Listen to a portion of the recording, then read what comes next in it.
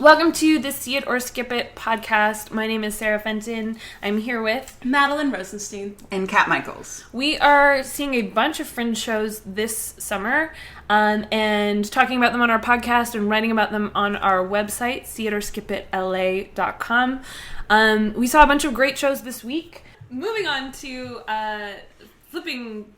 changing gears, I guess. Completely different. Now for something completely different. Yes. A regular little Houdini, which is suitable for the family.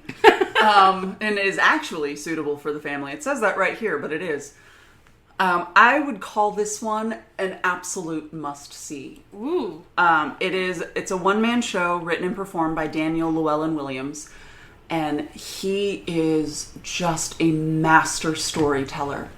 I mean, there were several parts during the show where I found myself literally on the edge of my seat, hand over my mouth going, just, oh God. And then I felt like I was 80 and, moved on. But, I mean, he is so good. He just has the audience eating out of the palm of his hand. And the premise of this show is that it takes place in Edwardian South Wales in Newport. So, it's a dock town, things like that. His family started out Irish, migrated to South Wales, to Newport during the Great Potato Famine. And so they are Irish, Welsh-ish. It's, some combination therein. So he does have a pretty thick brogue that he speaks with, which took me a couple of minutes to become accustomed to, but then after that it was just enchanting. Let's be honest.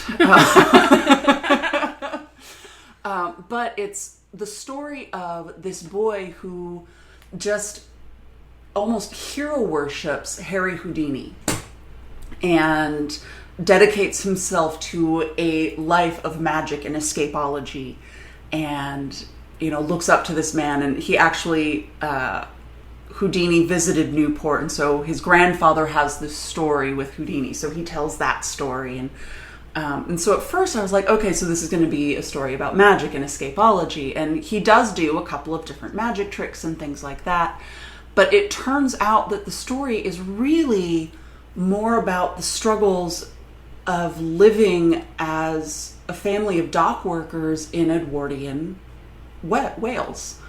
And you see him wanting to connect with his father but not really being able to because his father works 2 jobs to try to bring in enough money, but him working on these magic tricks that he's going to do and things like that, and the follies and mishaps that he gets into.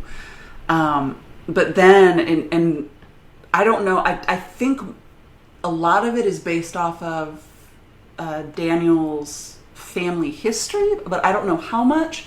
But then part of it actually delves into this tragedy that hit Newport, and just heartbreaking, absolutely heartbreaking moments where this poor boy has to deal with this and then just immediately grow up, and it looks like he's going to have to give up his dreams and things like that. And then he brings it around, but there is just this unwavering optimism from this boy and from this character who just unflagging, no matter what happens through all of this different stuff, he just has this energy about him of things are moving forward and things are going to be okay and this is going to be great.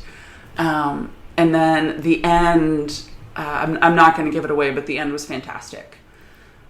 So it's just, he is a master storyteller. Even if you have no interest in anything of the topics that I just talked about, if you love to watch just somebody who can tell a story, go see this show.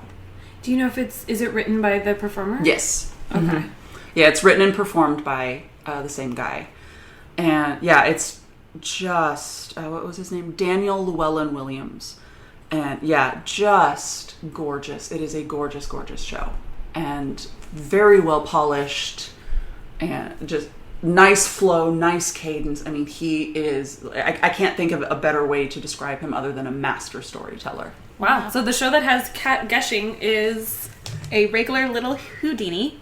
And that is 3 shows left, all at 7 p.m. It looks like one is at a different venue than the other 2, so just check your ticket when you get it.